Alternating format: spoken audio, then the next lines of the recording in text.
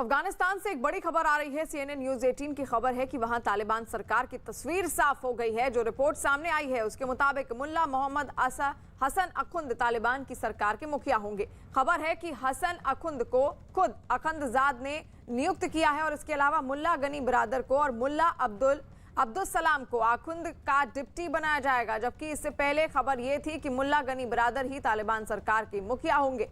तालिबान की सरकार में अमीर मुताकी को विदेश मंत्री बनाया गया है। सिराजुद्दीन हक्कानी को गृह मंत्री का जिम्मा सौंपा गया है और वहीं राज्यों में राज्यपालों को मनोनीत भी करेंगे। जबकि जबीहुल्लाह मुजाहिद राष्ट्र प्रमुख यानी मुल्ला मोहम्मद हसन अखुंद के प्रवक्ता होंगे।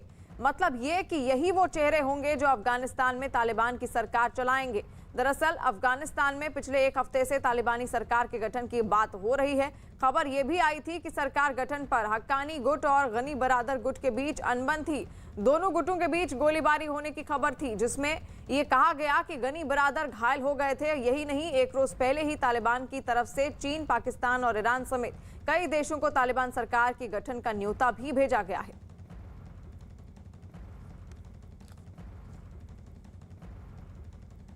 और संदीप बोल दिल्ली से हमारे साथ लाइव जुड़ गए हैं। संदीप, देखिए, एक हफ्ते का समय बीत चुका है और अब जाकर चेहरा साफ हुआ है सरकार आखिर कैसी बनने वाली है तालिबान की। लेकिन ये सरकार बनाना क्या इतना आसान हो सकता है? क्योंकि जो बरादर गुट है और हक्कानी गुट के बीच में इससे पहले हमने अनबन की भी खबरें सुनी थी।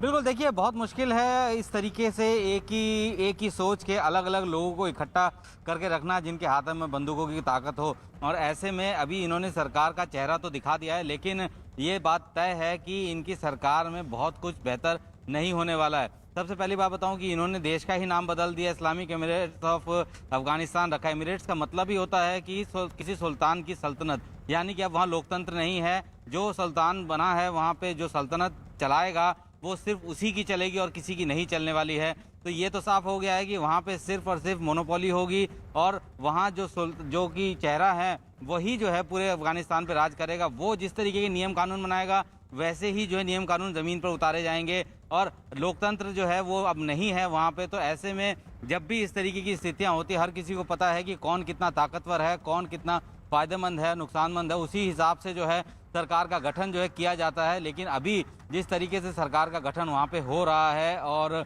उसमें पहले से ही जो है इस तरीके की छीटाकशी और जो है अनबन की खबरें आ रही थी, तो लग रहा है कि ये आगे भी इस तरीके से बदस्तूर जारी रह सकता है। लेकिन इस सरकार के चेहरे से वहाँ के अफगानिस्तान के लोगों की मुश्किलें बढ़ेंगी, कम नहीं होने वाली, क्योंकि वहाँ लोकतंत्र है नहीं, चुनी हुई सरकार है नहीं।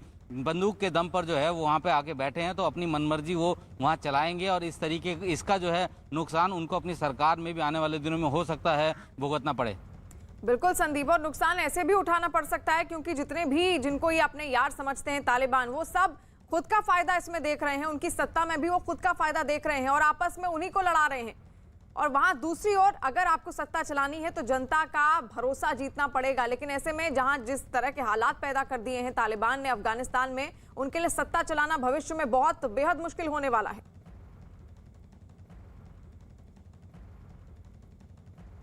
बिल्कुल, देखिए, सत्ता चलाना मुश्किल ज़रूर होगा और इसका नज़ारा जो है अब सड़कों पर दिखने भी लगा है।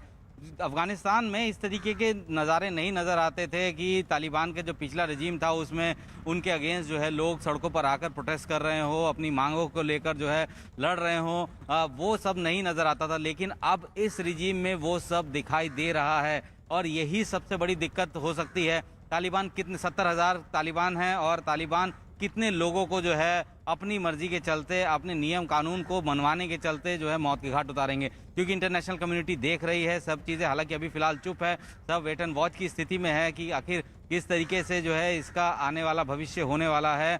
लेकिन सबको इस बात का आभास जरूर है कि तालिबान जो है अपनी फितरत से बाज नहीं आने वाला है। वो वही करेगा जो उसने 20 साल पहले किया था और इसी वजह से जो है कई ऐसे देश हैं जो कि चुपके जो है उनको मान्यता ज़रूर दे रहे हैं, लेकिन बहुत संख्या ऐसे देशों की है जो कि अभी भी वेट एंड वॉच की स्थिति में है।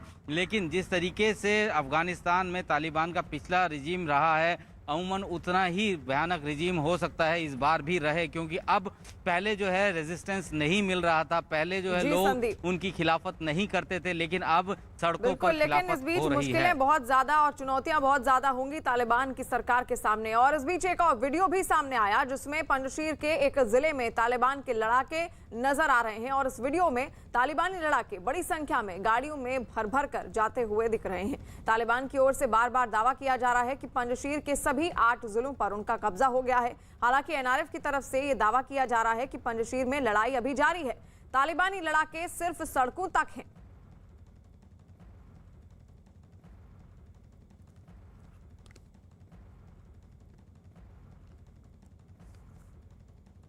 वहीं अफगानिस्तान की पंजशीर पर कब्जे के लिए तालिबान और नॉर्दर्न अलायंस के बीच भीषण युद्ध हुआ जिसमें काफी खून बहा। इसके बाद तालिबान ने पंजशीर पर कब्जे का दावा किया, हालांकि नॉर्दर्न अलायंस की तरफ से इसे खारिज कर दिया गया है। पंजशीर पर कब्जे के दौरान तालिबान की मदद के लिए पाकिस्तान की तरफ से भी हवाई हमले किए गए, जिसका न सिर्फ अफगानिस्तान में बल्कि दुनिया के अलग अलग देशों में भी विरोध हो रहा है।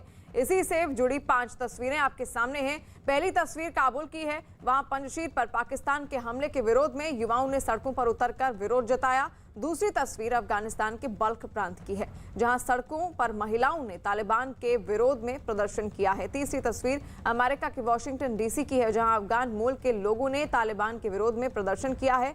चौथी तस्वीर भी अमेरिका के वॉशिंगटन डीसी की है, जहां लोगों ने एनआरएफ के समर्थन के विरोध में प्रदर्शन किया। पांचवी तस्वीर काबुल की है, जहां पंजशीर पर पाकिस्तान के हवाई हमले के विरोध में प्रदर्शन किया गया है। यानी देखिए, तालिबान में जो सरकार बनने वाली है अफगानिस्तान में, उससे पहले ये विरोध प्रदर्शन काफी मायने रखता है। लोग विरोध में पहले ही खड़े हो गए हैं। पाकिस्तान का भी वहां विरोध हो रहा है और साथ साथ जो तालिबान जुल्म ढा रहा है पंजशीर के लोगों पर, उनका भी विरोध हो रहा है। तालिबान के पंजशीर में किए गए हमले का विरोध होना भी शुरू हो गया है और काबुल में कुछ युवा सड़कों पर उतर आए हैं। कहा जा रहा है कि पंजशीर में तालिबान ने बहुत सारे लोगों को मारा और काबुल के ये युवा इसी बात से गुस्से में हैं। वो बीच सड़क पर बैनर लेकर प्रदर्शन करने लगे, जिसकी वजह से गाड़ियों की रफ्तार तो धीमी पड़ी ही, लेकिन इन युवाओं का गुस्सा आसमान पर रहा और उन्होंने पाकिस्तान और तालिबान के खिलाफ खूब नारे लगाए।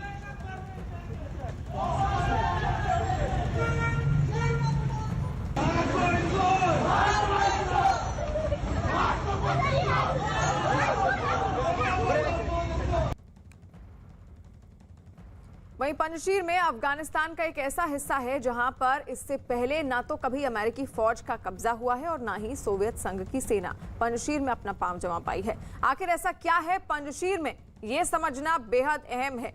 पंजशीर की दूरी काबुल से बहुत ज्यादा नहीं है। काबुल के उत्तर में, यानी नक्शे में देखेंगे तो काबुल के ऊपर ही पंजशीर दिखता है और ये एक जैसी जगह है जो कुदरती तौर पर किसी किले से कम नहीं है। पंजशीर चारों तरफ से पहाड़ियों से घिरी हुई है, एक ऐसी जगह जिसकी हिफाजत खुद कुदरत करती है। ऊंचाई पर जो भी होता है उसे जंग में मदद मिलती है। यहाँ भी हाल कुछ ऐसा ही है। पंजशीर की चोटियों पर एनआरएफ के लड़ाके मौजूद हैं, जिसका मतलब ये है कि कोई भी खतरा अगर पंजशीर की तरफ बढ़ता है तो एनआरएफ की नजर उस पर काफी पहले पड़ती है और उसे रोकना आसान हो जाता है। पंजशीर की आबादी है करीब 1.5 से 2 लाख, केवल 1.5 से 2 लाख। पंजशीर में ज्यादातर ताजिक मूल के हैं, क्योंकि पास में तजाकिस्तान है, जहां के कई लोग सालों पहले पहुंच गए पंजशीर और यहीं पर वो बस गए। और संदीप हमारे साथ जुड़ गए हैं एक बार फिर से। संदीप, देखिए पंजशीर में अब हालात खराब होते जा रहे हैं। तालिबान ने तो दावा कर दिया है कि पूरे पंजशीर इलाके पर उसने अपना कब्जा कर लिया है, लेकिन एनआरएफ फ्रंट का कहना है कि पहाड़ी इलाकों में अभी भी वही मौजूद हैं और चोटियों पे जो रहता है उसी की जीत होती है। फिलहाल एनआरएफ किस तरह अब सामना करेगी तालिबान का? देखिए, तालिबान का कब्जा करने का एक अलग तरीके का स्टाइल है। यानी कि अगर तालिबान किसी भी सूबे में जाता है और उसके एक प्रोमिनेंट बिल्डिंग पर कब्जा कर लेता है या सरकारी इमारत पर कब्जा कर लेता है या गवर्नर हाउस पर जम जाता है जाके, तो वो मानता है कि पूरे इलाके पे उसका कब्जा हो गया है। उसी तरीके से पंजशीर में भी जो है तालिबान ने दिखाने की कोशिश की कि वहाँ के जो नेता है उनके घर पे जो है कब्जा किया। संदीप, आपको रोकना चाहेंगे इस वक्त। आपको बता दें प्रधानमंत्री